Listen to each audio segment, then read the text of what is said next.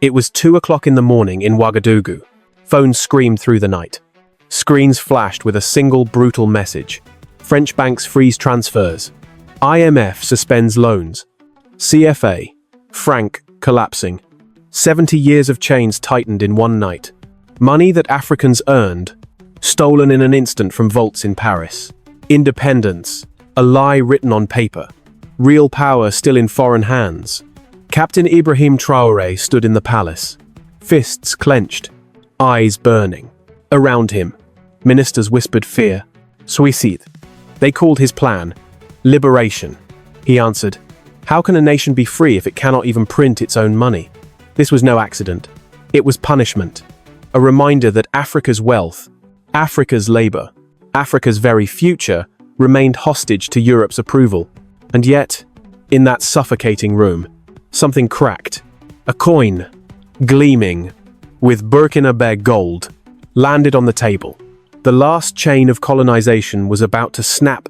The question was no longer if, it was when, and the night the West tried to break Burkina Faso was the night Burkina Faso decided to break free. What do you think about this turning point? Share your thoughts in the comments below. Your voice matters.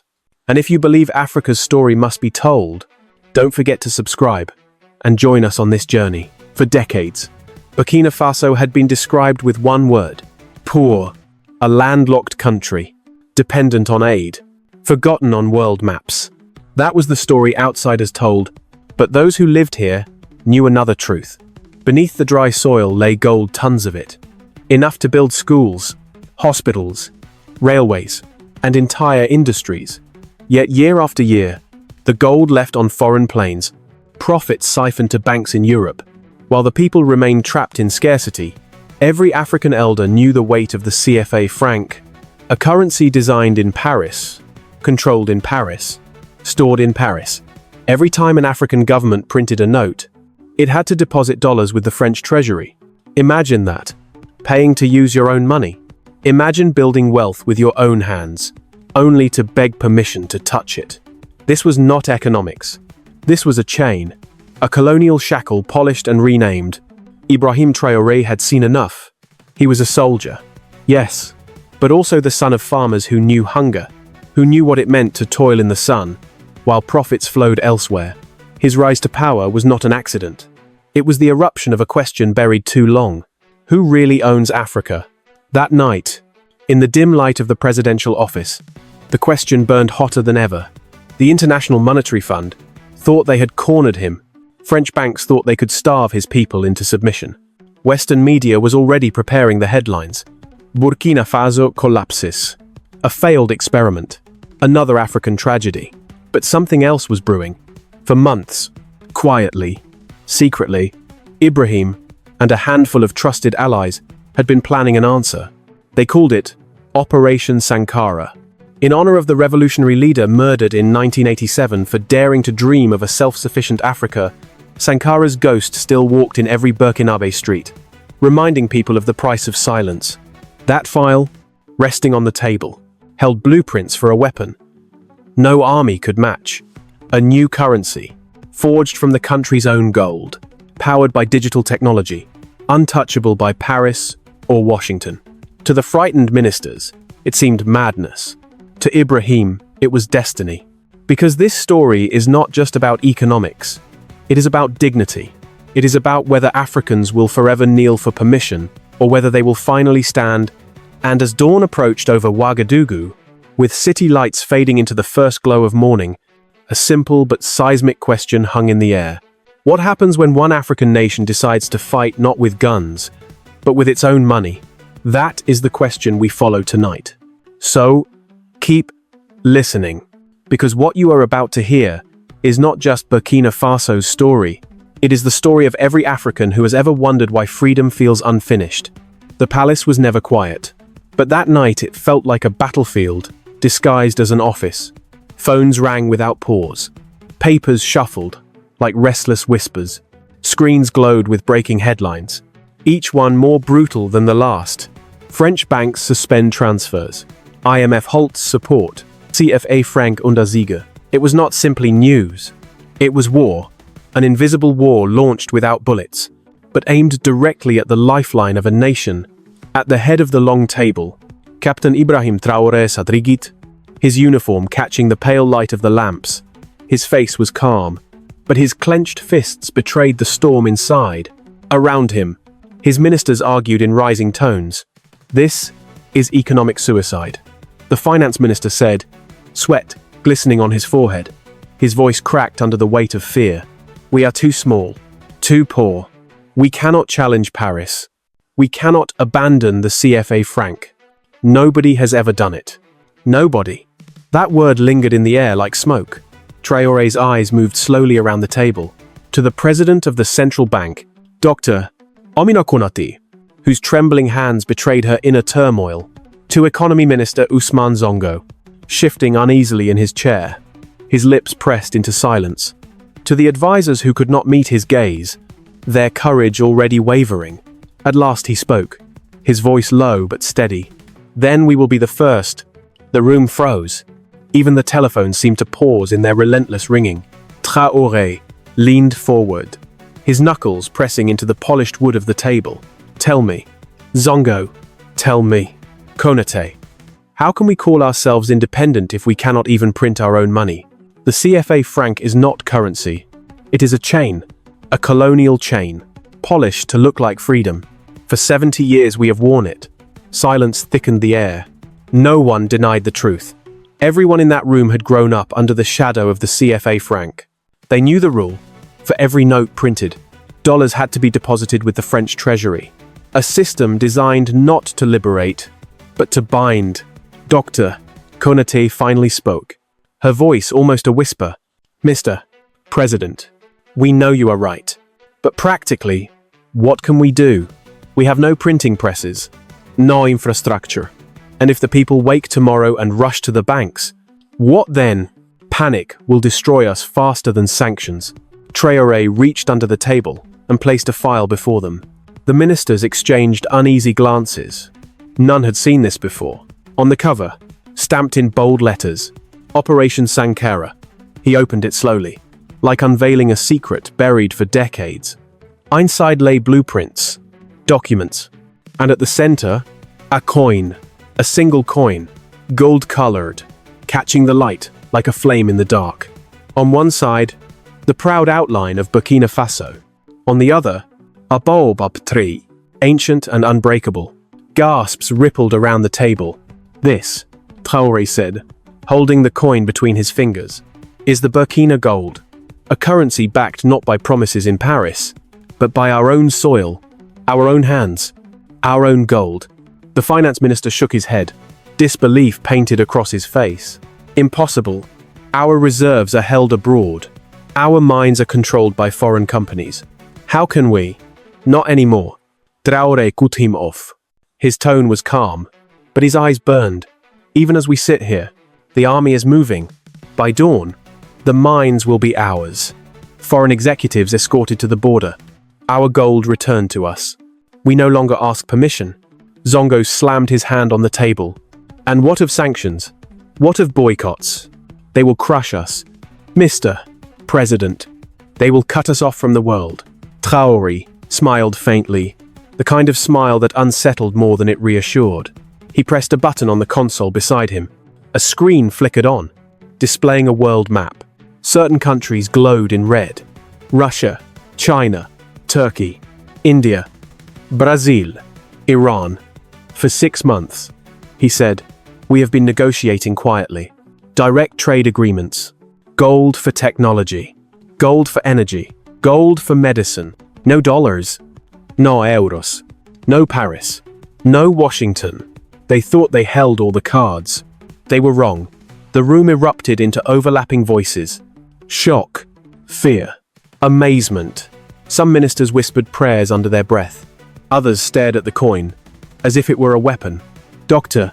Konate, eyes fixed on the coin, asked the only question that mattered. But will the people accept it? Traoré walked slowly to the window. Outside, the lights of Ouagadougou shimmered like distant stars.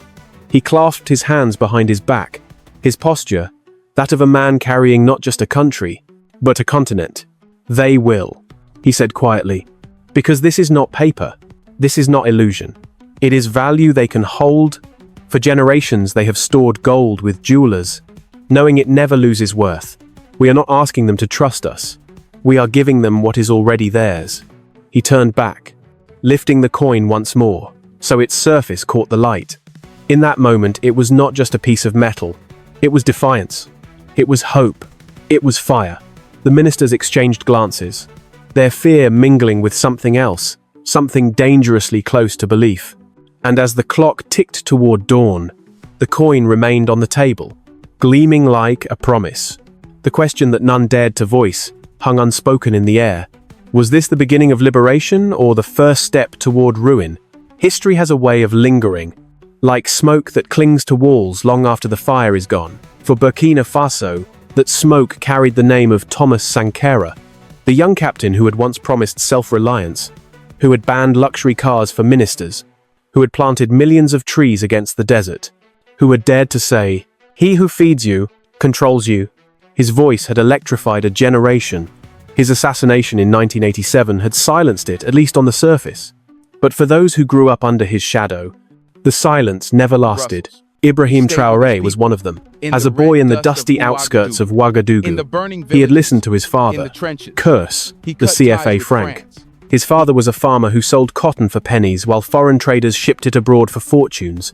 "Our sweat waters their soil," the old man said. Yet, we cannot even buy medicine without asking Paris. For young Ibrahim, those words cut deeper than hunger. He saw the contradiction. Fields full of crops, yet tables empty at night. Gold buried beneath the earth, yet schools without books. Independence written in the constitution, yet chains engraved in the currency. By the time he joined the army, those contradictions had become a wound. In the barracks, older soldiers whispered about Sankara, how he had dreamed of breaking the CFA Franc, how his plans had been buried with him. They spoke of betrayal, of neighbors who bowed to Paris for survival, and every time a soldier mentioned Sankara's name, Ibrahim felt a spark, a reminder that freedom was more than a flag. That night, in the presidential palace, as his ministers wrestled with fear, he felt Sankara's presence like a shadow at his back. He could almost hear the voice. "Do not beg for crumbs. Do not ask to be free. Take it." The CFA Franc itself was not just currency. It was humiliation stamped in ink, created in 1945, tied directly to the French treasury. It forced African nations to deposit their reserves abroad. If Mali or Niger or Burkina Faso wanted to print a single note, they had to pay first. Generations of leaders had called it stability. But stability for whom? For the banks in Paris? For the politicians who lived in palaces while their people fetched water from wells? Traore knew this history like scripture. It was the reason he had prepared Operation Sankara in silence. Not even his closest allies knew the full plan. He had learned from Sankara's fate. Trust too widely, and betrayal will knock at your door. He trusted only the dead revolutionary whose picture hung in his office. Dr. Konate broke the silence. "The people," she said, "are tired." Yes, but tired people can break. If you push them into chaos, if salaries cannot be paid, if bread vanishes from markets, they will turn against you. Against all of us. Her words echoed the warnings of history. Leaders who had dared to challenge the CFA system often ended up isolated, overthrown, sometimes dead. Paris had many tools: sanctions, propaganda, even armies dressed as peacekeepers. And yet, across the table, Ibrahim's eyes burned, with something fiercer than fear. He remembered his own mother, selling handmade cloth in the market.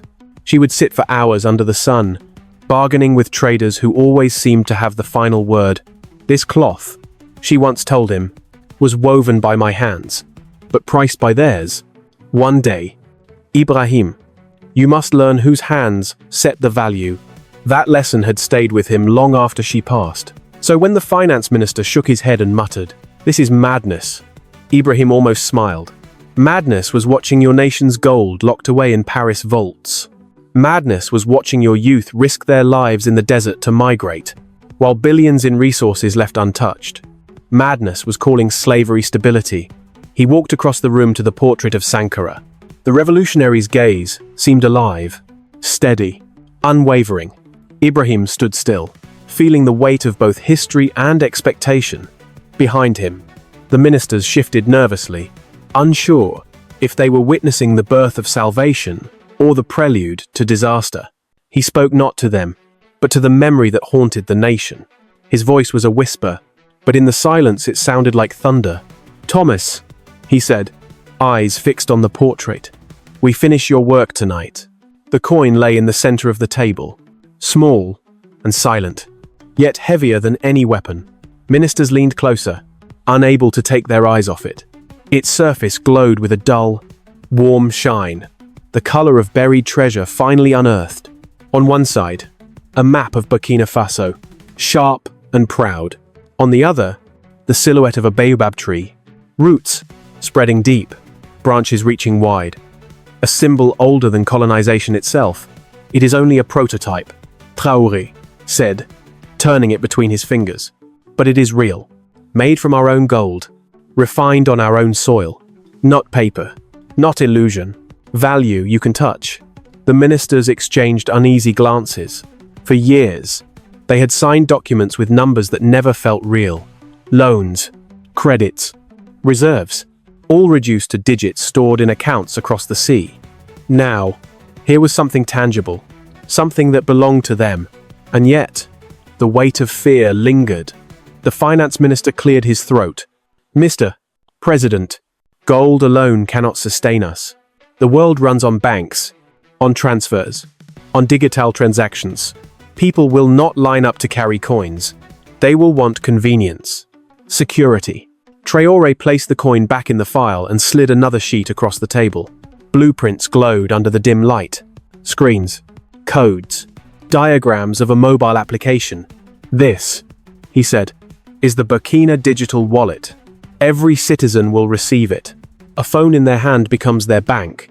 Transparent, secure, backed by gold. No Paris, no Washington, only us." Gasps filled the room. The idea was as terrifying as it was brilliant. Dr. Konate adjusted her glasses, scanning the designs. A mobile application, linked directly to reserves. A system beyond Western banks. If it works, it will bypass every chain they hold over us. She paused, her voice trembling. "But habits are iron. People trust paper, even when it is worthless. Will they trust this?" Traore looked at her steadily. "They already trust gold. Every family keeps it with jewelers. Every wedding ring carries it. We are not teaching them something new. We are giving them what they already believe in, made modern." For a moment, the room was quiet. The ministers studied the designs. Fear still clung to their faces, but beneath it flickered a dangerous light. Curiosity. Zongo broke the silence. "And the mines?" His voice was harsh. "You said the army has taken them. Is it true?" Traore nodded. "As we speak, French and American executives are being escorted to the border. The mines are no longer theirs. They are ours. Burkina's gold will serve Burkina." The words landed like a thunderclap. For decades, ministers had accepted that the mines were untouchable, guarded by foreign contracts and invisible power. To hear that they were now under Burkinabe control felt unreal, almost reckless. The finance minister's hands trembled. "If sanctions follow, our economy will collapse in days. No aid, no imports.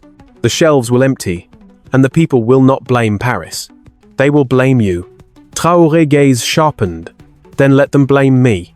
But they will also remember who gave them back their gold, who broke the last chain." Konate reached for the coin, lifting it carefully as though it might burn her fingers. She held it to the light, her reflection shimmering on its surface. "It is beautiful," she murmured. "Beautiful, but dangereux. Freedom is always dangerous," Traore replied. The room felt charged, as if history itself had entered and was listening. Ministers shifted uneasily, some whispering prayers, others staring at the coin as if it might speak. Then, suddenly, a shrill ring cut through the silence. It must be earned. One of the secure lines on the table lit up, flashing red. The assistant rushed in, his voice tight with urgency. "Mr. President," he said, "the connection is ready." Traore turned from the window, his face unreadable. "Which connection?" asked Zongo. The assistant swallowed hard. 5 heads of state. Mali, Niger, Guinea, Togo, Benin. They are waiting to speak with you. The ministers froze, their fear colliding with a new realization. This was no longer only about Burkina Faso. The storm was spreading. Traore's hand rested on the coin, fingers pressing against the symbol of the baobab. He looked at his team, his voice low but steady. "Then let us see," he said. "How many are ready to break their chains with us?" The phone continued to ring. The red light on the secure line stopped flashing, but the tension it left behind lingered like smoke. Ministers sat in silence, each lost in private calculations. Outside, dawn crept over Ouagadougou, painting the horizon in pale orange. But inside the palace, the air remained heavy, suffocating. Dr. Omina Konate, president of the central bank, spoke first. Her voice was calm, but her words carried the weight of decades. "We may hold $400 million in reserves," she said, "but it is not here. It is in Paris, locked in their vaults. Even our gold, the 78 tons we are told belongs to us, sits under their watch. We cannot touch it without their blessing." The words stung. Everyone in the room knew the truth, but few had dared to say it aloud. For 70 years, West African nations had deposited their reserves in French accounts, a condition disguised as partnership. In return, Paris dictated monetary policy. It was a leash dressed as stability. Konate looked down at her hands, remembering her own journey. Trained in economics, educated abroad, she had once believed in the CFA Franc as a shield against chaos. That was the story her professors told her. Stability, predictability, credibility. But living within the system had shown her something different. Stability for the bankers, predictability for Paris. For Africans, stagnation, poverty dressed in foreign suits. Her voice cracked. "I have signed documents all my career, papers filled with numbers that were not ours. Every calculation, every projection, tethered to a vault in another land. Do you know what it feels like to be the head of a central bank, and yet hold no keys?" The question landed heavy in the room. Even the skeptics lowered their eyes. Ibrahim Traoré did not flinch. "That is why we must act," he said. "They have kept us on our knees for generations. They believed fear would keep us quiet. But fear has an end. Tonight, it on, almost as if on cue. The door opened. A colonel stepped in, saluted sharply, and delivered his report. "Mr. President, all major gold mines are under our control.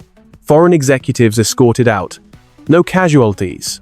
The room stirred with shock. The operation had been completed faster than anyone imagined. What was once fantasy was now reality. Konate's heart pounded. She thought of the headlines that would explode across European capitals by morning. "They will strike back," she whispered. "Sanctions. Blockades. They will use every weapon." "Of course," Traoré said calmly, "but to punish us, they must first reach us. And this time, we are not alone." In Paris, at that very moment, the French treasury was already in chaos. Screens glowed with alerts. Gold shipments halted. Executives expelled. Contracts shredded in an instant. The director of African operations shouted into his phone, his voice echoing through the marble halls. "This is not possible. A military coup is one thing, but taking the mines, nationalizing the reserves. They are children playing with fire," another official whispered back, pale with dread. "Children, perhaps, but children who have just stolen the matches." Back in Ouagadougou, Zongo still resisted. And what happens when markets collapse? When shelves are empty, will the people cheer for your coin then? "Mr. President, or will they curse your name?" Traoré leaned across the table, his voice like steel. "The people already live in hunger. Zongo, they already live in poverty. What do we risk losing chains? If they must choose between dying slowly in servitude or risking everything for freedom, I will give them the choice." The room fell silent again. Konate stared at the coin still lying on the table, glowing faintly in the weak dawn light. She thought of her father, who had once said, "Money is power." Amina. And in Africa, power has never lived at home. She had spent her career proving him right. But tonight, She wondered if Ibrahim Traoré was daring to prove him wrong. The colonel cleared his throat. "Mr. President," he said, "the mines are secure. What are your orders?" All eyes turned to Traoré. For a moment he stood still, his gaze fixed on the coin, his reflection shimmering in its surface. The ministers held their breath, waiting. Then he spoke, each word deliberate, like hammer strikes on iron. "Keep them. Guard them. From this moment, Burkina's gold will never again leave African soil." The ministers shifted uneasily, some whispering prayers, others already calculating their futures. The die had been cast. And yet, in the silence that followed, one truth pressed against every mind in the room. Paris would not let this stand. The sun had barely risen when the convoys rolled into the mining compounds, armored trucks painted in desert dust, soldiers stepping down with rifles slung across their shoulders, faces stern, silent. The foreign executives had been warned, orders signed in the middle of the night, stamped with the seal of the presidency.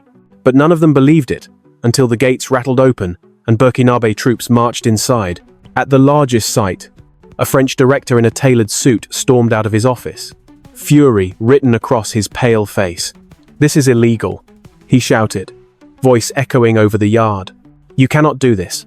We have contracts, 20-year agreements, recognized by Paris." A Burkinabe officer met his anger with cold formality. "Your contracts are with a nation that has just taken back its sovereignty. You will leave peacefully." Now, the Frenchman's phone was already at his ear, calling Paris. Nearby, an American manager barked into his device, demanding to be patched through to Washington. They spoke quickly, in Bunit, words tumbling into the air like gunfire. Economic theft, Zeitzure, nationalisation, disaster. But panic changed nothing. Within hours, company cars were lined up at the gates. Executives escorted out with their briefcases clutched like shields. Some left in silence, others hurled insults. But all were powerless. For the first time in decades, the gold beneath Burkinabe soil was no longer leaving by foreign trucks. At the palace, ministers watched footage streaming from the compounds, soldiers replacing foreign guards, national flags raised above warehouses once branded with corporate logos. For some in the room, it felt like revenge. For others, it felt like suicide. Zongo muttered under his breath, "We have just declared war." "Doctor," Konate's hands trembled slightly as she adjusted her glasses. "They will not forgive this. The markets will turn against us. The banks will close their doors. By next week, our shelves could be empty." But Traoré stood still, his eyes fixed on the images. "Let them close their doors," he said quietly. "We will build new ones." Across Europe, panic spread. In Paris, the Africa desk at the central bank scrambled for answers. "They are nationalizing," one official shouted, his voice cracking. "Do you understand? They are kicking out our companies." Overnight, in Washington, a State Department report landed on the secretary's desk before breakfast. Burkina Faso has seized multiple sites, French and American personnel removed. High risk of contagion to neighboring states. The word contagion lingered. The thought of Mali, Niger, Guinea following suit kept officials awake, phones buzzing through the night. By midday, Western media had found its headline, "Economic Suicide in West Africa. Traoré gambles with nation's future. Chaos begins in Ouagadougou." Footage of soldiers at mines played on loop, edited with grim commentary. Warning of collapse, starvation, riots. But in Ouagadougou's markets, the atmosphere was different. People gathered in circles, whispering the news. "The mines are ours," one man said. Disbelief, mixing with pride. For the first time, ours. A woman selling tomatoes pressed her hand to her chest. "May God protect him," she murmured. Back in the palace, fear still stalked the ministers. "Sanctions will be swift," Songo said, his voice rising. "Fuel, medicine, imports, they will cut us off. And when they do, it will not be Paris that suffers. It will be our people." Traore turned to him, calm as stone. "Our people already suffer. Zongo, do you think poverty arrived with my decision? No, it has been here for decades. But now, at least, the suffering has meaning. It has a purpose. He walked slowly to the table and spread out a map, its edges weighed down with files. The ministers leaned in. Puzzled. The map glowed with red markers. Moscow, Beijing, Ankara, New Delhi, Brasilia. Traore looked around the table, his voice low but sharp. For 6 months, he said, we have been preparing. We knew this day would come. While Paris believed us asleep, we built new doors, trade agreements, direct exchanges, gold for fuel, gold for medicine, gold for machines.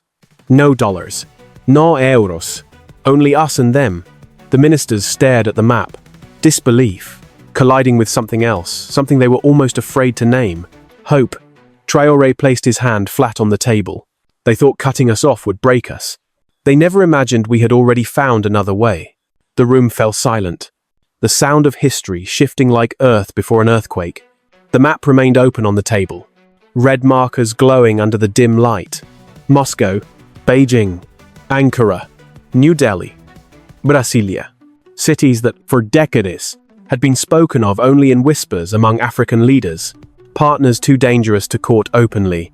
Friends who existed only in the shadows. Captain Ibrahim Traoré let his finger trace the map. His voice was steady, deliberate. Each word, like the stroke of a blade. These are the doors Paris cannot lock. They thought we were surrounded. But the world is larger than France. The ministers shifted uncomfortably. For generations they had been told there was no path outside Europe. Aid, loans, currency, stability. All roads led to Paris. To hear their president speak of new alliances felt like stepping onto unknown ground. Dr. Amina Konaté leaned closer, scanning the files spread across the table. The contracts were short, but clear. Russia promised fuel and military equipment in exchange for gold shipments. China offered infrastructure and machinery bridges, railways, digital technology. India's commitments included agriculture, seeds, and life-saving medicines. Brazil pledged grain and food security programs. Turkey promised to send engineers to build schools and factories. Konaté whispered, almost to herself, gold for food, gold for machines, gold for medicine. Not debt, not dependency. Exchange. Traore nodded. For the first time in 70 years, the price is ours to set. Usman Zongo slammed his palm on the table. And what if their price is higher than we expect? Do you believe Moscow, Beijing, Ankara are saints? They will take what they want, just as the French have. The president's eyes locked on him. Perhaps. But there is one difference. With Paris, we have no choice. With them, we do. If Russia demands too much, we turn to China. If China play tricks, we turn to India. We are no longer prisoners of one master. For once, the marketplace belongs to us. The room fell silent, the weight of his words pressing against the walls. The secure line crackled to life. An aide hurried to connect the call.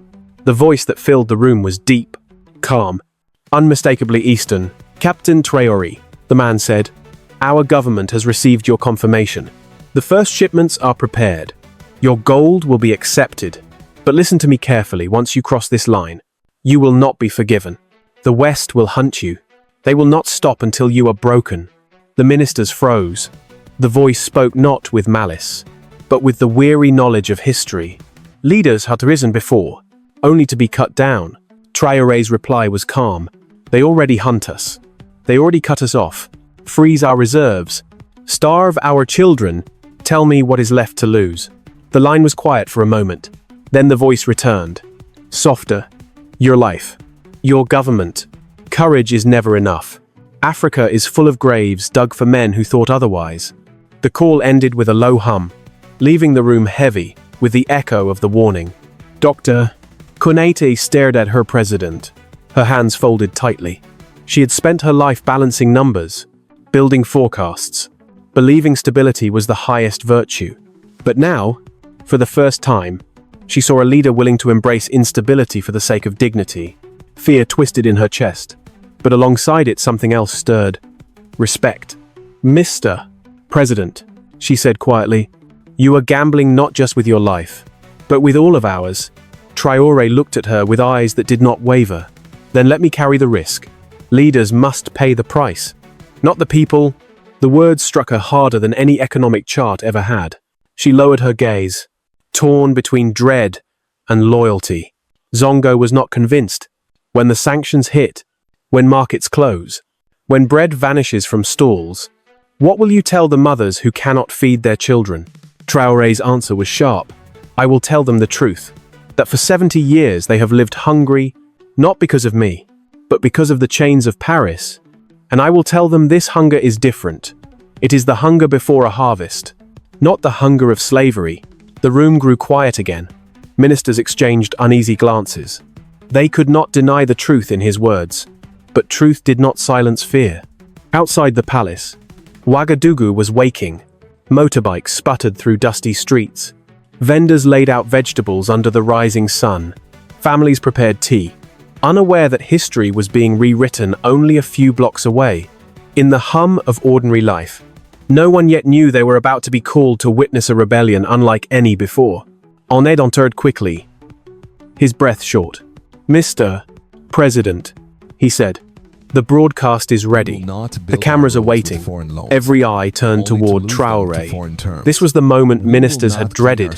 Planning in secret was one thing, but to speak openly, to announce the death of the CFA Franc that would cross the point of no return. For a long moment, he stood in silence. He slipped a hand into his pocket, feeling the cool weight of the prototype coin. It pressed against his palm like a reminder, solid and unyielding. He looked at each minister in turn, memorizing their faces pale with fear, shadowed with doubt, flickering with reluctant hope. Then, with the faintest of smiles, he spoke. It is time. The people heard the truth.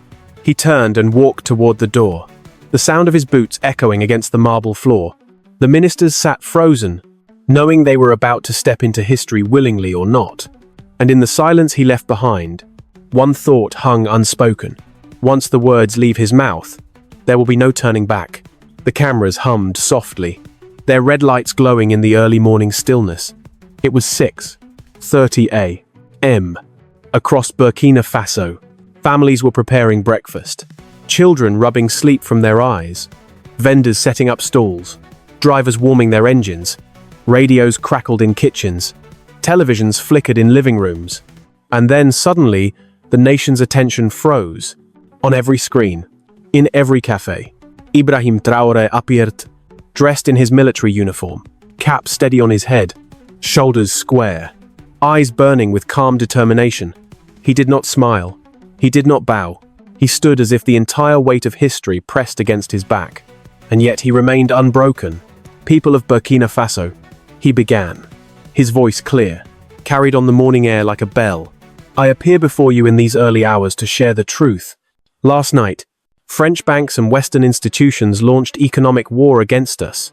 They froze our money. They cancelled our loans. They sought to strangle our future.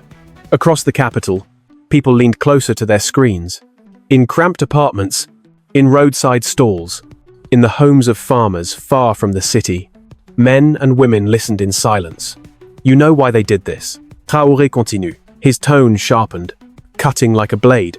Because we demand independence, because we demand control of our resources, because we say Burkina Faso belongs to the Burkinabe. He reached into his pocket and drew the prototype coin, lifting it into the light. The camera zoomed in. The map of Burkina glimmered. The baobab spread its branches like a promise. From today, we end the use of the colonial currency, the CFA Franc. We begin our own money, Burkina Gold. A currency backed by 100% of our own gold. Real value drawn from our own land. A murmur rose in the cafes. In one, a young man whispered, "Is it possible?" An elder beside him clenched his fist. "At last," he said, voice trembling. Then Traore held up a mobile phone. The camera caught the screen glowing with a simple app. And this is the Burkina digital wallet. Every citizen will receive it. You no longer need foreign banks. Your gold will be in your hands. Secure, transparent, untouchable by Paris. Some gasped in disbelief. Others stared with hope. In a village hut, an old farmer whispered, "I cannot read these phones. His grandson smiled. "I will teach you, grandfather. Your money will be safe at last." Traore's voice grew firmer. "Do not fear. All money in your CFA accounts will be converted into Burkina gold at twice the value. No one will lose. Everyone will gain. For the first time, your wealth will not be drained across the sea. It will stay where it belongs with you." In markets, women clasped hands in astonishment. In homes, men looked at their wives with tearful eyes. Whispers grew into cries of joy, the sound of disbelief, turning slowly into pride. "This is not the end of our struggle," Traore said. "It is the beginning. But know this, we are not alone." The screen flickered. Suddenly, the image split into 6 boxes. Beside Traore appear 5 other faces. The leaders of Mali, Niger, Guinea, Togo, and Benin. Each stood in their own offices, each wearing their nation's colors, each looking directly into the camera. Together, they spoke, voices overlapping across borders. "We too leave the CFA Franc. We too take back our money. We too choose freedom." Gasps erupted across West Africa.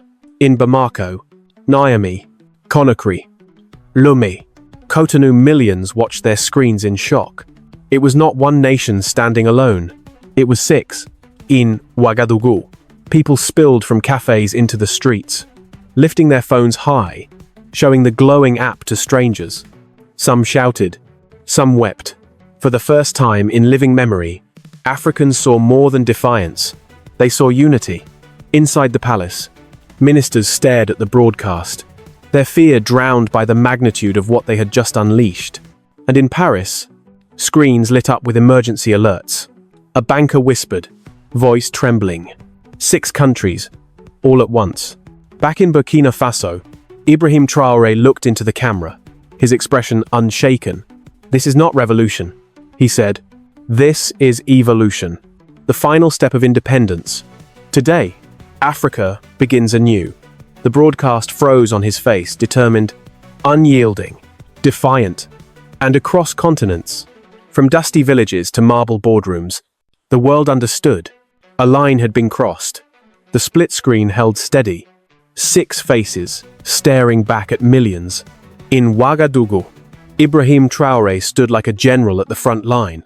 Beside him, one after another, the leaders of Mali, Niger, Guinea, Togo, and Benin appeared, différents uniformes, different accents, but the same fire in their eyes. It was a sight no one expected to see, not even Paris. President Goïta of Mali spoke first, his voice firm. "We too reject the CFA Franc. We join Burkina Faso in choosing gold over chains." From Niamey, Niger's leader added, "For decades we exported uranium to light Europe's cities, yet our children studied by candlelight. Today, that insult ends." The camera shifted to Guinea. "Our rivers, Ubugzit, our people's sweat all paid in a currency that was never ours. Enough. We reclaim our dignity." Togo's president leaned forward, speaking with quiet conviction. "For too long, we were told unity was impossible. Look at us now. 6 voices, 1 message." Finally, from Cotonou, Benin's leader raised his hand. "We leave, not in anger, but in clarity. No more illusions. No more foreign masters. We choose Africa." The effect was electric. In Bamako, Sophie erupted. Men leapt from their chairs, slamming fists against tables, shouting independence. Women ululated in the streets, their voices piercing the morning sky. In Niamey, students gathered in university courtyards, waving phones with the new app glowing like torches. "No more CFA. No more CFA," they chanted, their voices rolling across campus like thunder. Conakry's markets buzzed with disbelief. Traders stopped haggling, staring at radios. One woman selling fish wept openly. "All my life I sold for nothing. Maybe my children will sell for something real." In Lomé, taxi drivers honked in unison, forming convoys through the streets. Flags waved from car windows. "Finally, our money is ours," shouted one driver, tears streaming down his face as strangers cheered. In Cotonou, church bells rang without warning. Priests stepped into the streets, blessing the crowd as people lifted their hands in gratitude.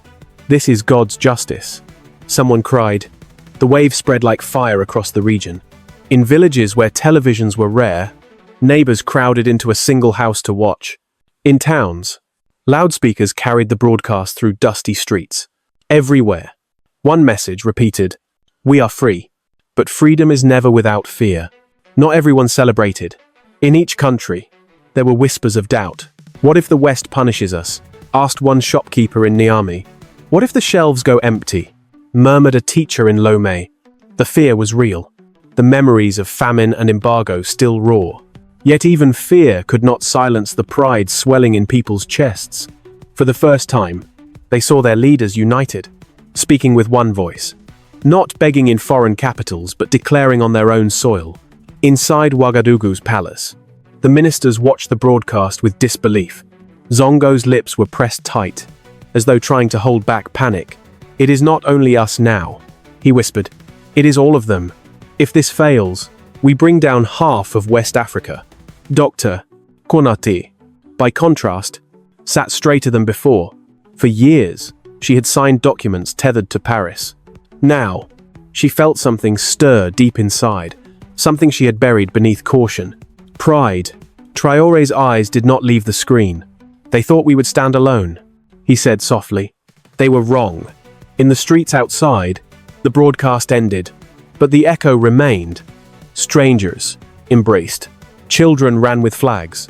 Old men lifted their fists skyward, whispering Sankara's name as if he had returned. The world was shifting, and everyone could feel it. But while Africa cheered, Europe trembled. Far away in Paris, in the stone halls of the French central bank, alarms rang, screens flashed red, phones shrieked. An official slammed his fist against the desk. 6 countries. 6. All at once. The governor of the bank, pale and furious, barked, "Get me the Ministry of Finance. Now, we must act immediately." An aide's voice broke through the chaos. "Sir, the wallets. They are being downloaded by the millions. There is no run on banks. The people are accepting this." The governor's face drained of color. Impossible. But the numbers on the screen told the truth. Africa was no longer waiting. The marble halls of the Banque de France had never known such chaos. Screens blazed with graphs dropping like stones, flashing alerts in red. Phones rang over one another, voices overlapping in panic. For decades, this building had been the quiet heart of Africa's money. Now, it felt like a fortress under siege. An official from the Africa desk, his tie loosened, shouted across the room, 6 countries. Not 1, not 2, 6. All at once. Mali, Niger, Guinea, Togo, Benin, Burkina Faso. They've walked out together. The governor of the central bank slammed his fist on the table. His usually polished tone cracked with rage. "This is sabotage. A coup against the very foundations of our financial order. They cannot do this. They cannot survive without us." A younger analyst muttered, half to himself, "They already are." He pointed at the screen. Figures rolled upward, not downward. Millions of downloads. The Burkina digital wallet was spreading faster than anyone predicted. Entire populations were adopting the gold-backed app overnight. No bank runs, no panits. Dust. Acceptance. The capital. The room Students fell into stunned swept silence. shoulder to shoulder For decades, with street vendors. Western institutions had Doctors relied on helped one clean rule: the very clinics fear. they worked in. If Africans dared to step outside the CFA Franc, fear would bring them crawling back. But here was a new reality. Fear was losing. The silence broke when a senior advisor grabbed the phone. "Get me the Ministry of Finance." And Brussels. And Washington. Immediately. Within minutes. Secure lines buzzed. The French finance minister's voice filled the room, sharp and impatient. "Tell me it is contained."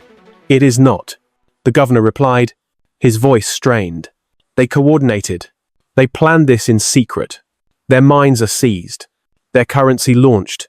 And the people are embracing it. This is not collapse. It is momentum. A pause. Then the minister's voice hardened. "Then we cut them off. Full sanctions.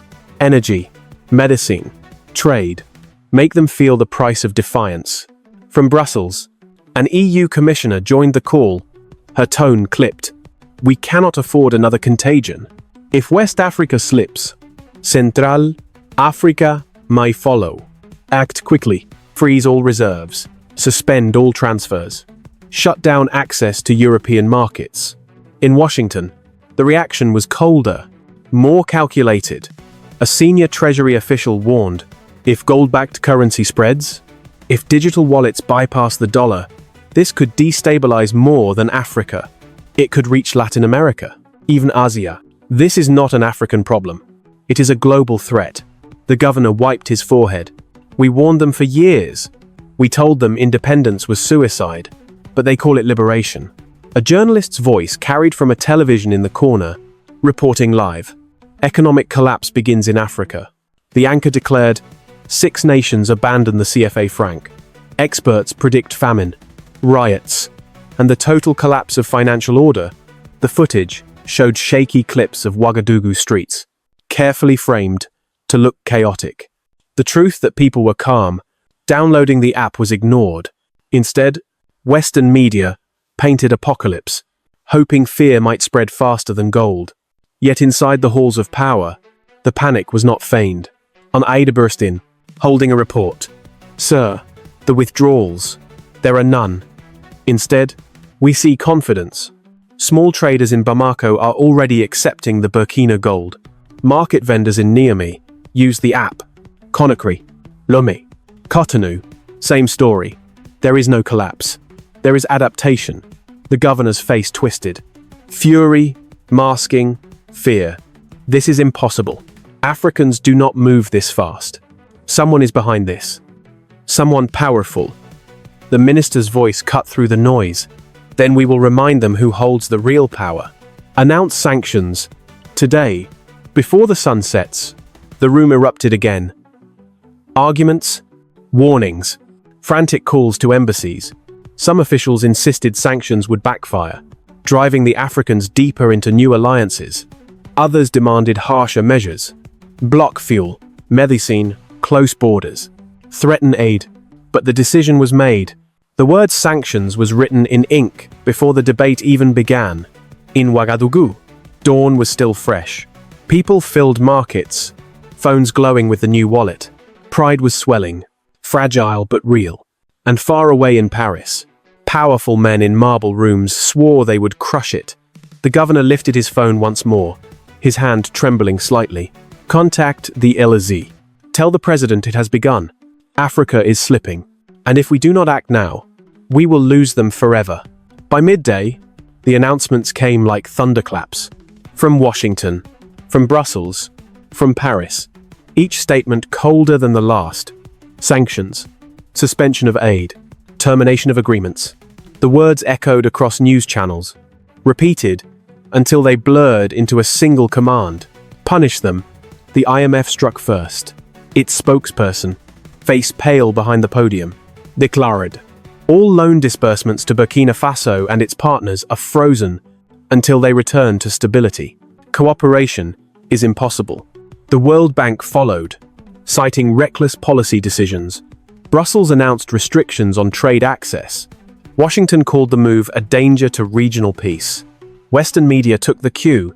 Headlines screamed catastrophe. Africa on the brink. Suicide of a continent. Anchors in London, Paris, and New York shook their heads gravely. Warning of riots.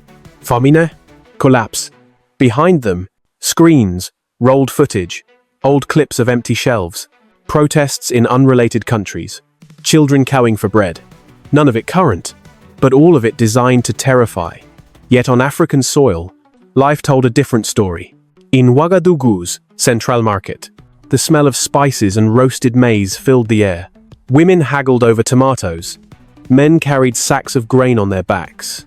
Children darted between stalls. Phones glowed in their hands. The Burkina digital wallet lighting up screens.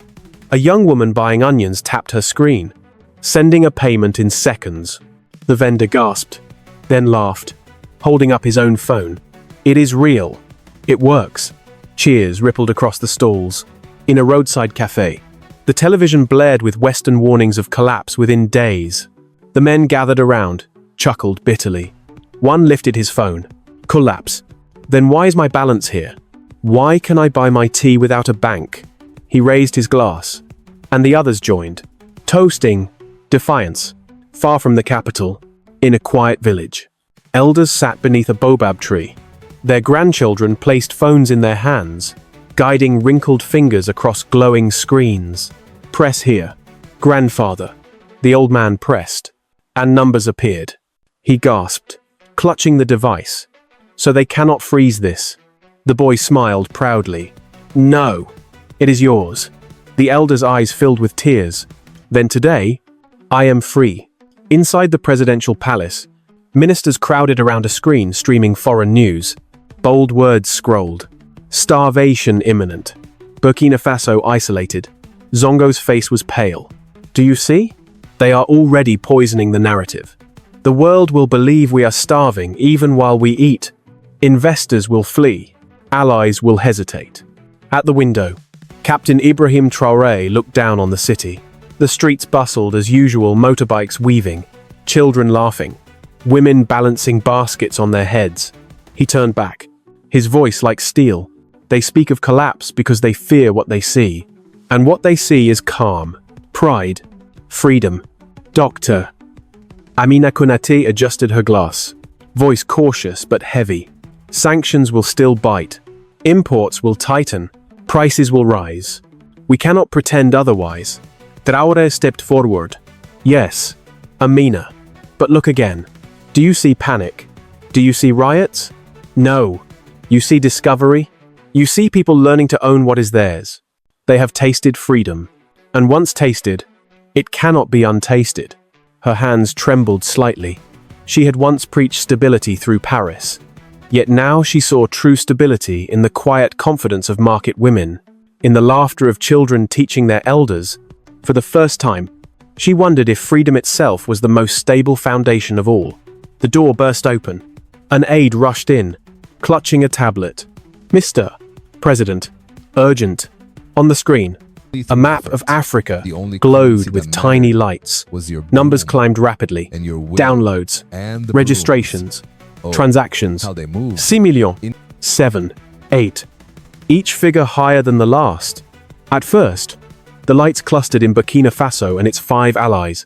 But then, new sparks blinked on Accra in Ghana, Dakar in Senegal, Abidjan in Côte d'Ivoire, Kinshasa in Congo, further still, Nairobi, Johannesburg, and beyond Africa itself.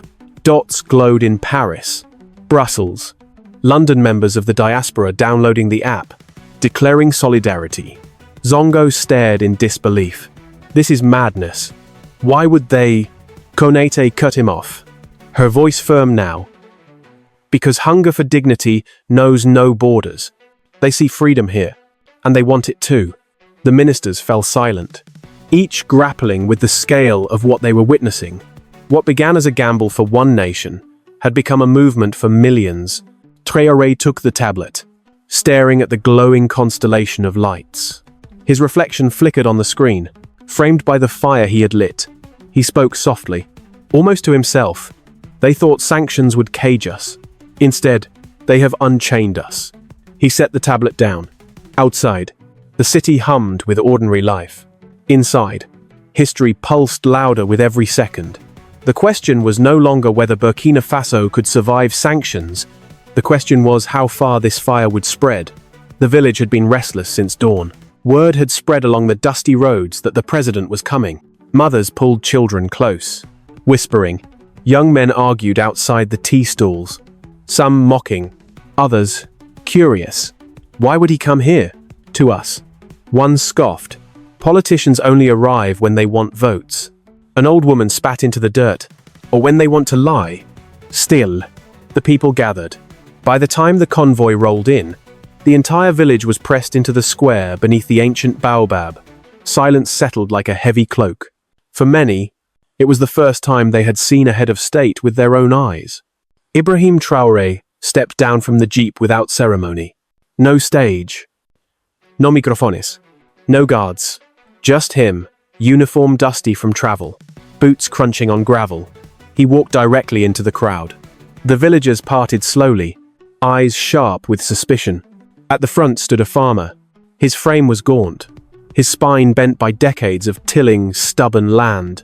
His palms were hard, split by years of holding tools, worn smooth. In his hand he clutched a cheap phone, screen flickering faintly.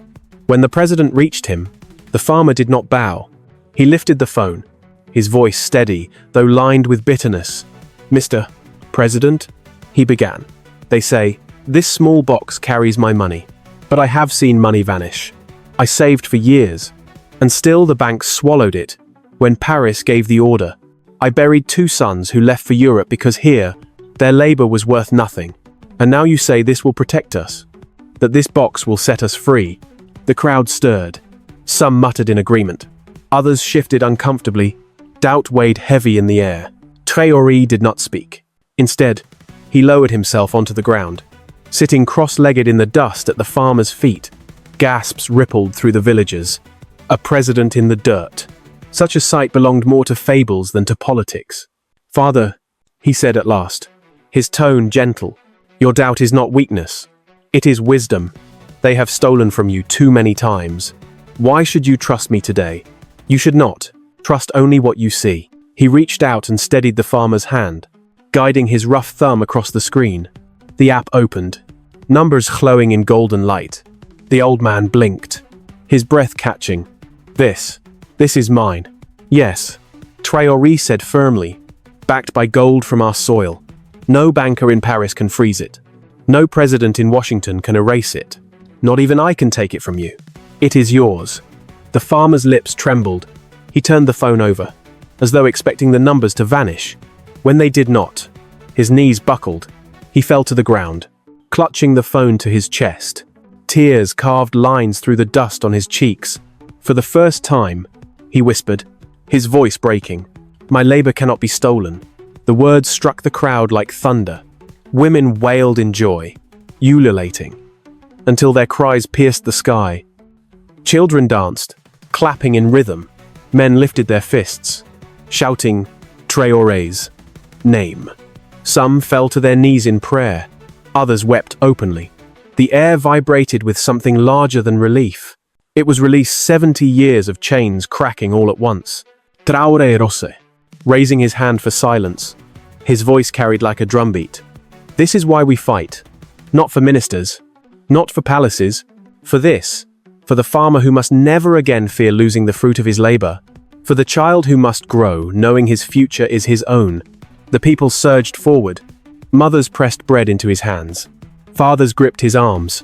Children touched his sleeves, as if to make sure he was real. For once, power was not distant. It sat in the dirt among them, guiding, trembling hands toward freedom. On the edge of the square, unnoticed, a man raised a small camera. A foreign journalist, long dismissed as irrelevant, had captured everything: the tears, the cries, the dust rising like incense. By evening, the footage was online. In Ouagadougou, students huddled around laptops, watching the farmer whisper, "My labor cannot be stolen." In Dakar, young men shared the clip across cafes, pounding tables in solidarity. In Nairobi, girls in school uniforms played it again and again, whispering, "We want this too." Across the diaspora, in cramped Paris apartments, Africans watched with burning eyes. One young worker showed the video to his French colleagues. "This is my president," he said proudly. But the West saw differently. The same clip played on European networks, framed with scorn. Anchors smirked. Staged theater. One said, "Cheap propaganda to mask collapse." Another laughed. A president playing peasant to fool his people. The numbers tell a darker truth. Dos narrativas. 2 battles. One square in a forgotten village had become the stage of a global war of stories, and as the clip spread faster than any sanction, one question crackled through phones and radios. From dusty huts to glass towers, who would the world believe: the voices in Paris, or the tears of a farmer in the dirt? The video of the farmer spread faster than any speech, faster than any decree. By dawn, it had reached every corner of Burkina Faso. By midday, it was blazing through West Africa. By nightfall, it circled the globe. One clip, An old man clutching a phone, whispering, "My labor cannot be stolen." And beside him, a president in uniform, sitting in the dust. In Bamako, coffee erupted. Young men watched on cracked televisions, slamming fists on tables, shouting, "Burkina, Mali is with you." In Conakry, women in markets raised their phones, chanting, "Our gold, our hands, our future." In Dakar, thousands of students projected the video on university walls, singing freedom songs late into the night. For them, this was not just Burkina Faso's moment, it was Africa's. But in Paris, the same clip was mocked. A French anchor smirked. A well-rehearsed play. Notice how the camera captures every tear. Pure theater. In Washington, a panel of analysts chuckled. A peasant with a smartphone wallet. Next week they'll claim goats are trading on blockchain. Laughter filled the studio, but the undertone was fear. The war of narratives had begun. Inside a secure room in Paris, intelligence officers leaned over glowing screens. Charts tracked hashtags. Maps pulsed with downloads of the Burkina wallet. Red spikes lit up across the continent. "This is dangerous," one officer muttered. "It's no longer about currency. It's about pride. And pride spreads faster than numbers." Another officer tapped his pen. "Then we break it. Plant a story. Leak rumors that the wallet is unsafe. If they believe it can be hacked, the trust collapses." The director nodded slowly. Fear travels faster than hope. Do it. Within 24 hours, headlines appeared. Burkina wallet, hacked, millions at risk. Gold reserves stolen by unknown group. No evidence. No details, but repeated until it sounded true. Western anchors delivered the lines with grave voices. African radio stations, uncertain, replayed the rumors. In Ouagadougou, a woman in the market whispered to her neighbor, "They say the app is broken, that the gold is gone." Her neighbor frowned at her screen. "But look, my money is still here." Yet doubt Lingel. In Niamey, a teacher told his students to be cautious. "Do not trust everything on these phones. One click and all may vanish." In Lomé, taxi drivers argued at a cafe. "The West lies," shouted one. "But what if it's true?" replied another. Fear seeped like smoke, invisible yet choking. Inside the palace, ministers erupted in argument. Zongo pounded the table. "I warned you, they will twist everything. Already the people doubt." Koneti shook her head, her voice firm. "Then we fight with transparency. Show them the system. Prove it works." Traore listened in silence. He had seen this weapon before. Not bombs, not guns, but stories. The invisible war where words killed more surely than bullets. He turned to his ministers. "Do you see? They cannot beat us with economics, so they fight with fear. Then we answer, not with speeches, but with proof." Konete leaned forward. "What do you propose?" "Live demonstration." Traore said, "Every citizen must see their wallet, tested and secure, before their eyes. No Parisian banker. No. American anchor will decide the truth. Our people will." The ministers exchanged uneasy glances. Such a move was bold, risky. If anything went wrong, the damage would be permanent. But if it succeeded, at that moment, on Ida Burstin, clutching a tablet, "Mr. President, international media demand interviews. They say the world wants answers." Traore's jaw tightened. He took the tablet, staring at the glowing map. Downloads kept rising. 10 million, 12, 14. And not only in Africa, dots blinked in Paris. London, New York, diaspora Africans quietly downloading, showing solidarity. He spoke softly, almost to himself. "They think rumors will strangle us. They forget. A lie must be hidden. But truth, once shown, spreads like fire." He raised his head, eyes burning. "Prepare the broadcast. Tonight, we fight, not with guns, not with sanctions, but with truth against lies." The ministers fell silent. They had entered a new battlefield, and as the city's lights flickered on, painting Ouagadougou gold against the dark, Ibrahim Traoré prepared for his next war. A war of stories, Night fell heavy over Ouagadougou. The streets glowed with kerosene lamps and the blue light of mobile screens. People gathered in cafes, courtyards, and village squares, whispering about the rumors. Was the wallet hacked? Had their gold vanished into thin air? Fear clung to conversations like smoke. Inside the presidential palace, tension was thicker still. Cameras were being prepared. Engineers checked connections, servers, security systems. This was no ordinary speech. This was war on another front, the war of perception. Traore sat quietly at the head of the table, his ministers arrayed around him. Some were pale with doubt, others restless with energy. Konate leaned forward, speaking in a low but steady voice. "Mr. President, this must be flawless. If even one glitch appears, they will magnify it across the world." Zongo scoffed. "And if it fails, the people will turn against us. Better silence than humiliation." Traore's gaze cut through him like a blade. Silence is death. Words are their weapons. "Tonight, we answer."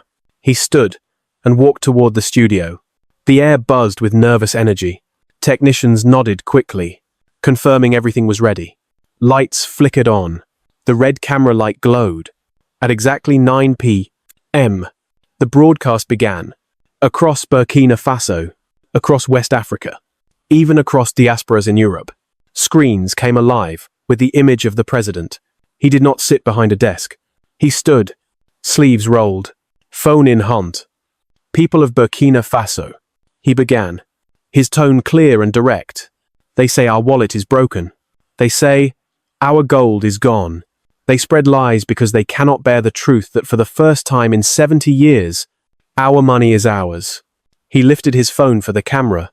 The screen glowed. "Tonight, I will show you. This is my wallet. The same as yours. Watch closely." He tapped the screen. The app opened. His balance appeared measured in Burkina gold. The camera zoomed in. "No tricks. No cuts. I will send money now." Traore continued. "To a farmer in Bobo Dioulasso, he waits with his phone. Watch." He entered the number. Pressed. Send. For a heartbeat. Silence. Then a second screen appeared. Live feed of the farmer. Phone in hand. A ping sounded. His eyes widened. Numbers appeared on his screen. He raised it high, shouting, "It is here. It is real." The crowd around him erupted in cheers. In Ouagadougou, people watching on televisions clapped and shouted. In villages, elders leaned closer to radios, their grandchildren translating the words, "Across the border." In Mali and Niger, Tofish erupted. The transfer had worked fast, secure, undeniable. But Traore was not finished. They said, "Our reserves are gone." Lies. He gestured to Konate, who stepped into view holding documents. "Here are our audited reserves, published tonight, visible to every citizen. No Parisian accountant. No foreign zeal. Only ours." The camera cut to graphs, figures, signed statements, transparency, in real time. And finally, Traore said, his voice firm, "They said our system could be hacked. Tonight, we open it to the world. Engineers are streaming the code live. Every programmer, every expert may examine it. If it fails, let it fail before your eyes. If it stands, then know this. Our freedom is stronger than their lies." The broadcast rolled on. Engineers explained the blockchain, demonstrated security checks. Ordinary people were invited to test transfers. The system held firm. No glitch, no collapse. By the end, the doubt that had clouded markets was lifting. Cheers echoed through streets. Strangers huggled, showing one another their balances with pride. But in Paris, the reaction was fury. In a television studio, a commentator slammed his papers. "This is theater, a circus. It proves nothing." But his voice shook, betraying unease. In Washington, a Treasury official muttered off-camera, "Damn it. It's working." The duel of broadcasts had ended, and Africa, for once, had won. Back in the palace, ministers exhaled in relief. Even Zongo, still skeptical, admitted quietly, "The people believe again." But Traore did not smile. He looked into the distance, his eyes shadowed. This was only the first battle. They will strike harder now. Tonight we won the air. Outside, the chants of citizens filled the night. Burkina, and in hidden offices in Paris and Washington, new plans were already unfolding. Morning broke over Ouagadougou with a strange electricity. The air itself seemed alive. The night before, millions had watched their president defy the world in a live broadcast. And now the city pulsed with new confidence. Children went to school, humming chants they had heard in the streets. Vendors at the market displayed not just their goods but their phones, showing off balances in glowing gold. Yet beneath the joy, shadows stirred. On street corners, whispers spread. The French will not forgive this. They will come with soldiers. Sanctions are only the beginning. Fear and pride collided in conversations, like two rivers struggling to merge. By noon, the tension spilled into the open. A march began near Independence Square. Students, traders, workers carrying banners painted with bold words. Our gold, our future. Drums echoed down the boulevards, feet stamping in rhythm. Within hours, the crowd swelled into tens of thousands, a tide of humanity filling the streets. From balconies, women waved cloths in the colors of the nation. Taxi drivers honked horns in unison. Children clambered onto shoulders, shouting, "No more CFA." But not everyone celebrated. In the shadows, agents moved quietly. Men trained abroad, slipping through the crowd with purpose. They carried not guns, but envelopes of cash. Their mission? To turn celebration into chaos. At one corner, a group of young men argued heatedly. "We march for freedom," one said. Another sneered, pocketing. A note slipped into his hand. "Freedom," or "Hunger. When prices rise, you'll regret this gold fantasy." He hurled a stone at a shop window. Glass shattered. Panic rippled. The agent smiled. Disorder was their weapon. Back at the palace, reports flooded in. Zongo paced furiously. "Do you see? Already the streets descend into madness. This is how revolutions collapse, cheers turning to riots." Konate shook her head. "No, this is provocation. Imported case." Traore listened in silence.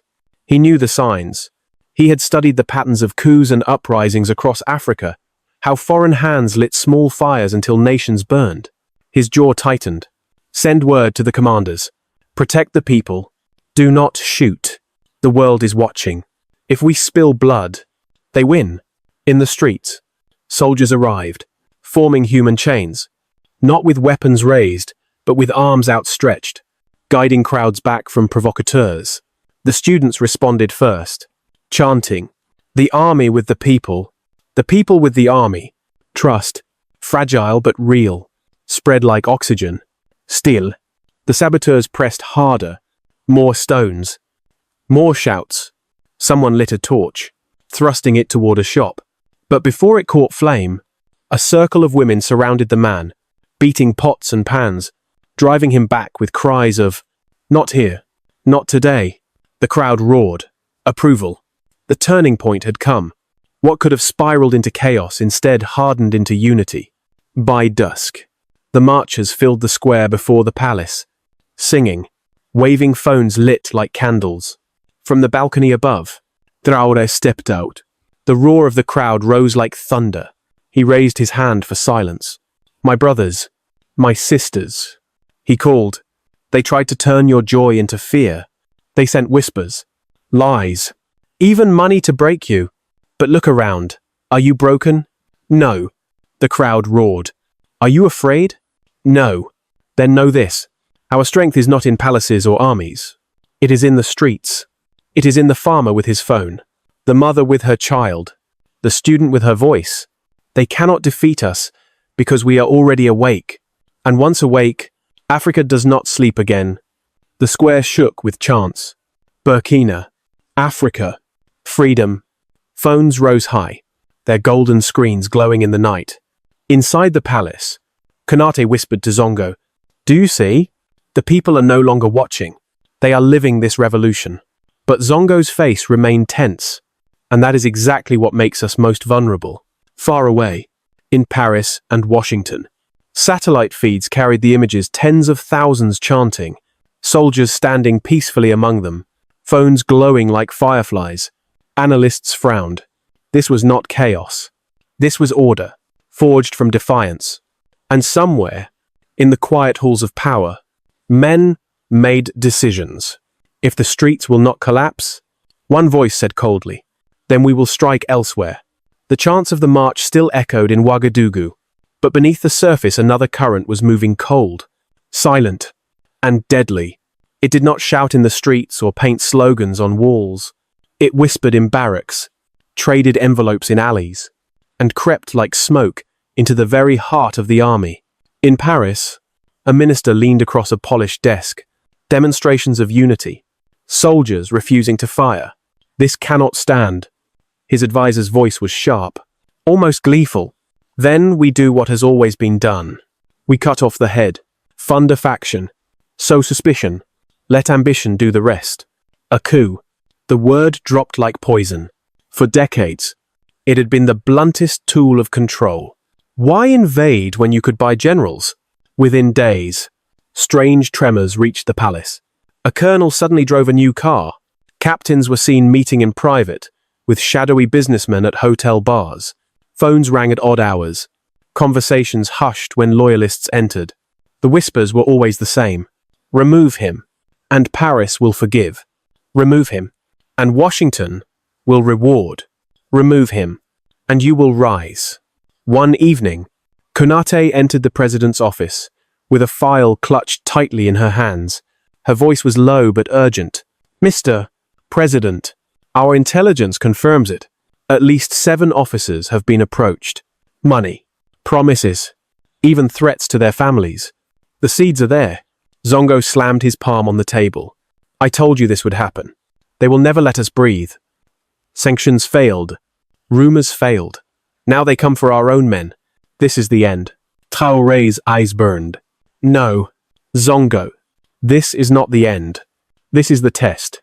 That night he summoned his commanders. In the war room, maps lay spread. Names circled in red ink. An intelligence officer pointed grimly. These men were offered bribes. Some refused. Others, we cannot say.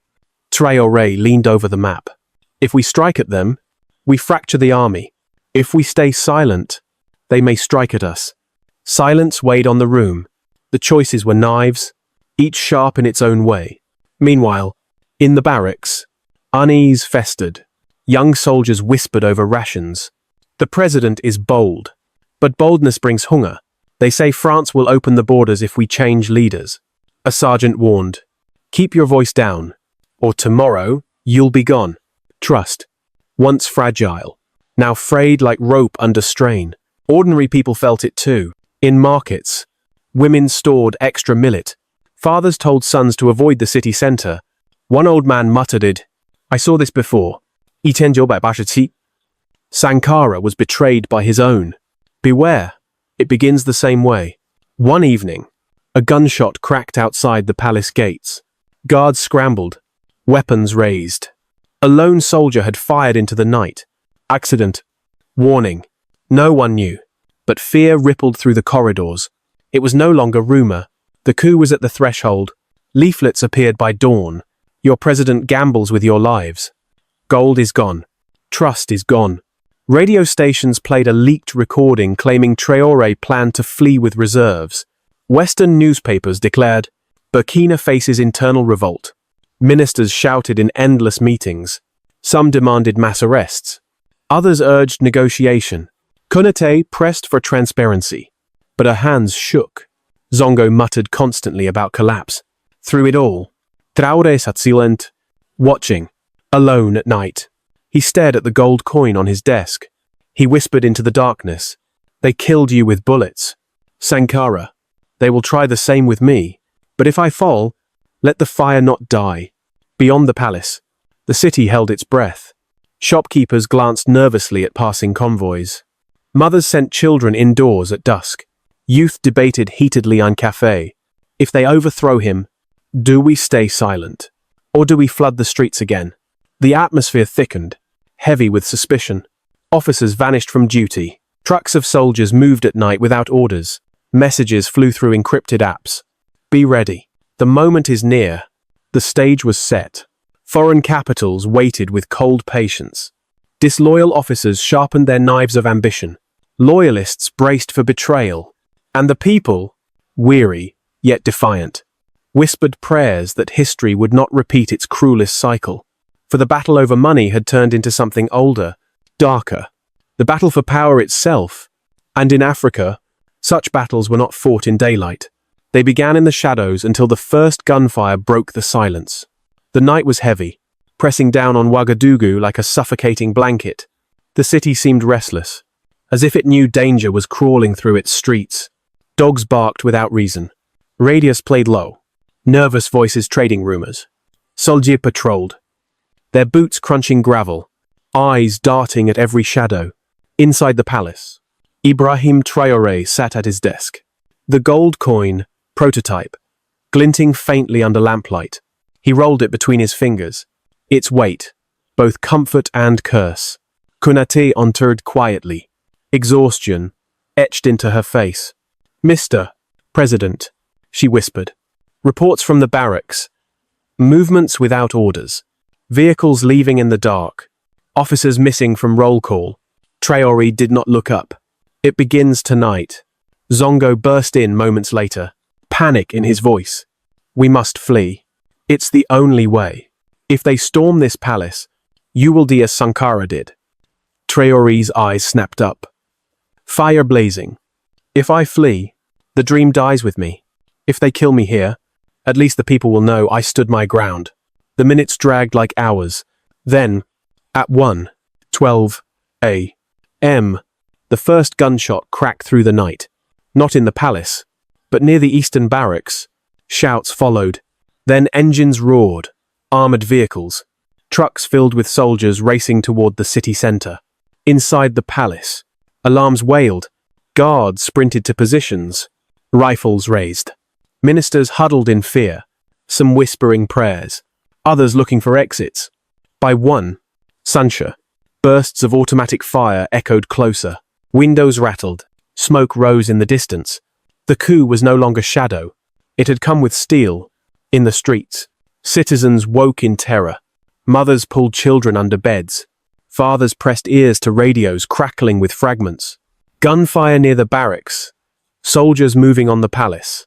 Some men, emboldened, ran outside with sticks and stones, shouting, "We will not let them take him." The city was waking to fight.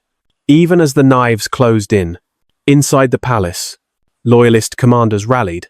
Mr. President, the eastern barracks are split. Some march against us. Others hold firm. If we hold until dawn, reinforcements will come. Then we hold, Traoré said, strapping on his sidearm. I will not be dragged like a prisoner. If they enter, I fight. Konaté's voice trembled. At least move to the secure chamber. If you fall tonight, all we built falls too. He shook his head. The people must know I did not hide. Broadcast me. And so, at 2 a.m., while gunfire crackled outside, national television flickered to life.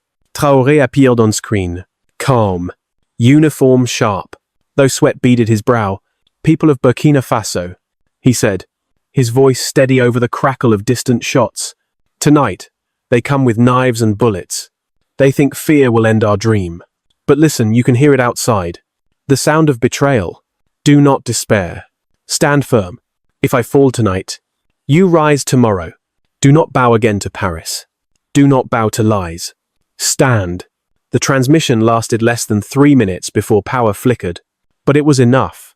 Across the city, men and women who had hidden in fear now poured into the streets, banging pots, chanting, "Noku, Noku."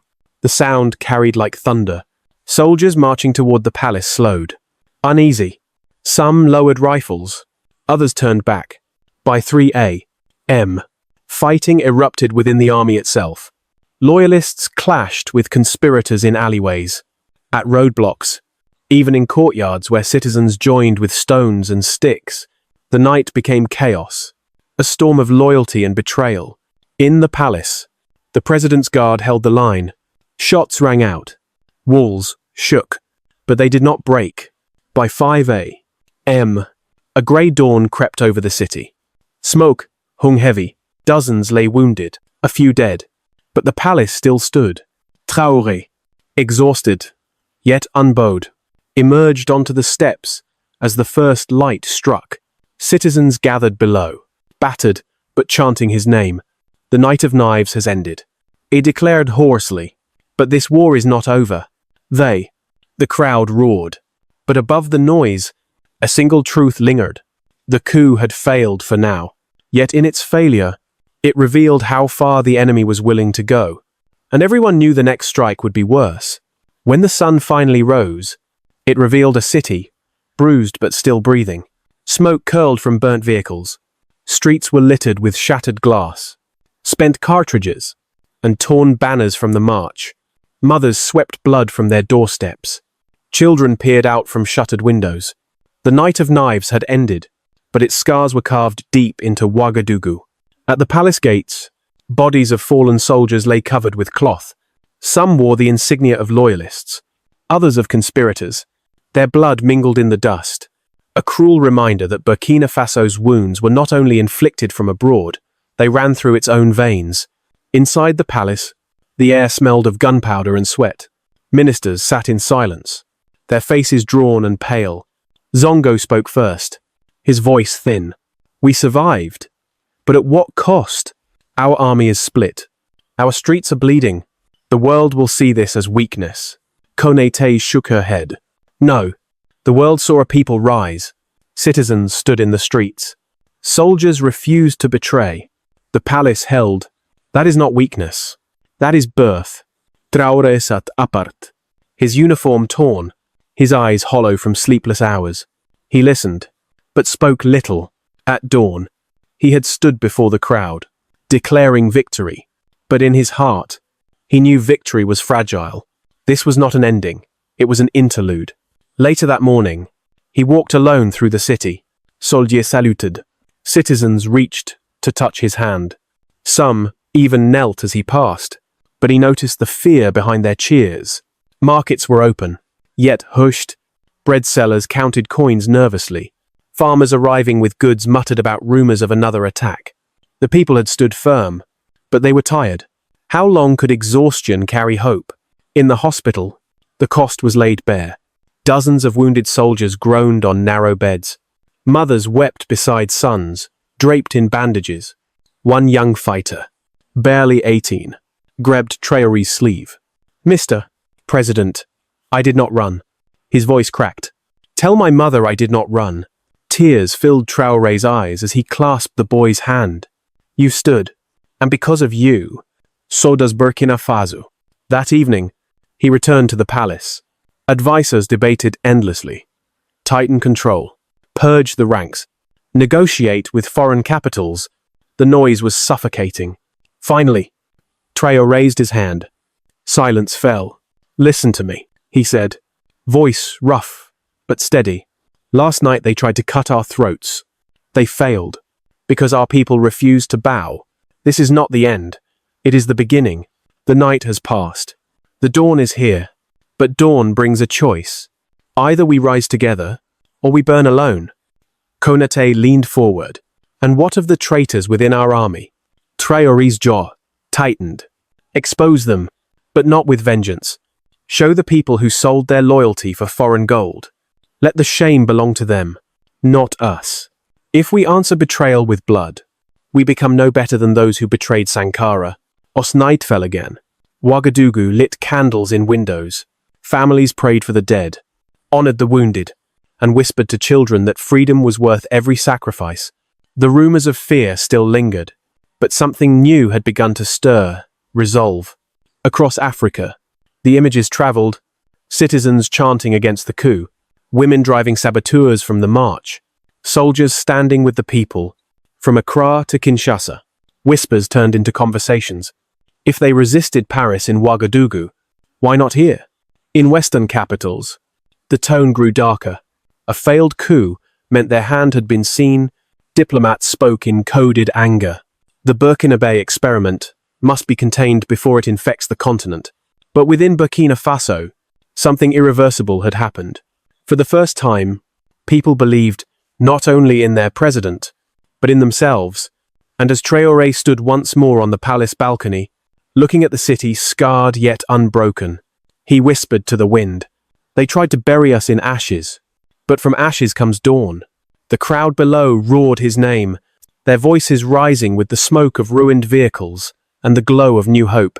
Yet even in that triumph, a shadow remained, because dawn was not peace. Dawn was only the prelude to the next battle. The city had returned to a fragile calm, but the silence was heavy with memory. Every street corner bore scars from the night of knives. Burned-out trucks stood like skeletons. Walls were pocked with bullet holes. Mothers carried water past the stains of blood that no rain could wash away. Burkina Faso had survived, but survival came at a price. In the palace courtyard, rows of coffins lay draped in national colours. Soldiers stood stiff, rifles at their sides, eyes fixed forward.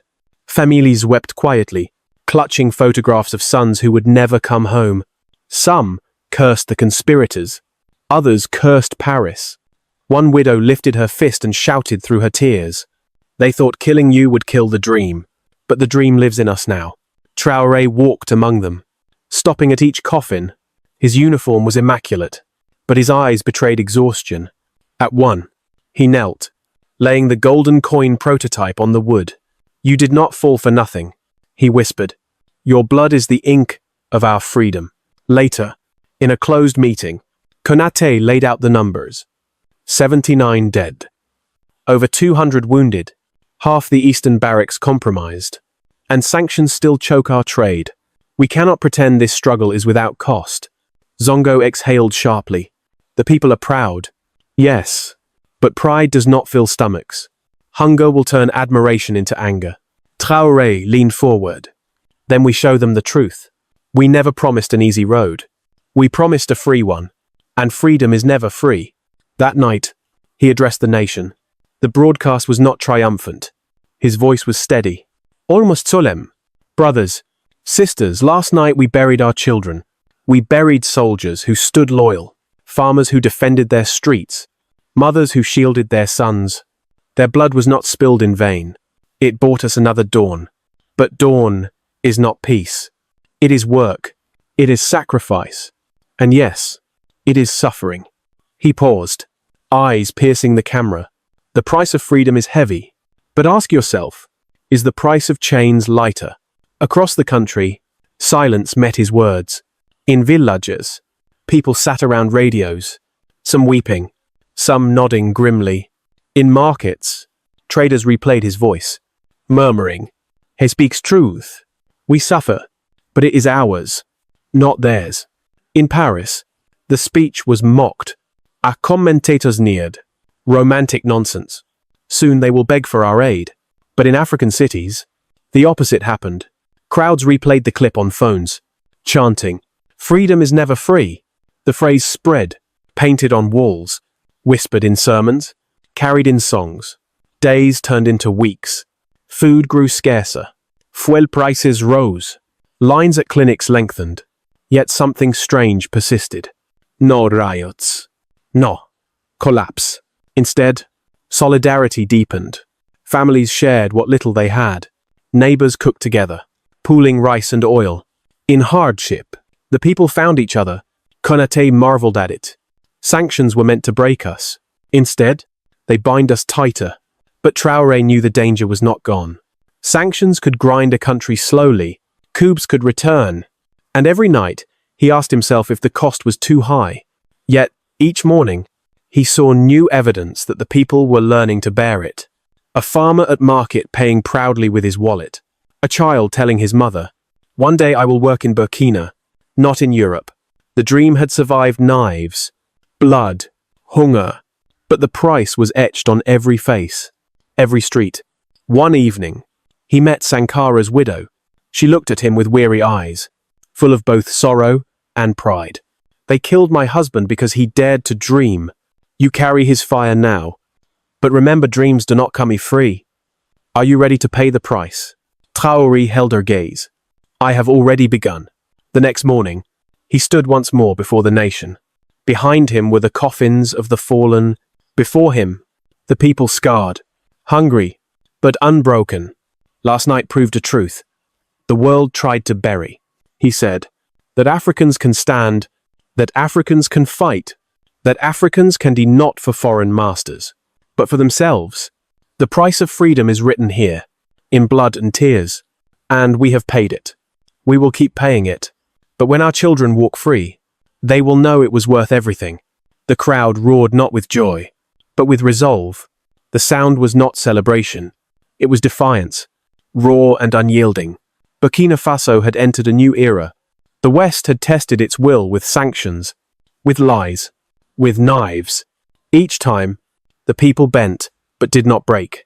The dream of freedom had survived the fire, but freedom demanded more, always more, and as the nation buried its dead, one question haunted every heart. How much more must we give before Africa is truly free?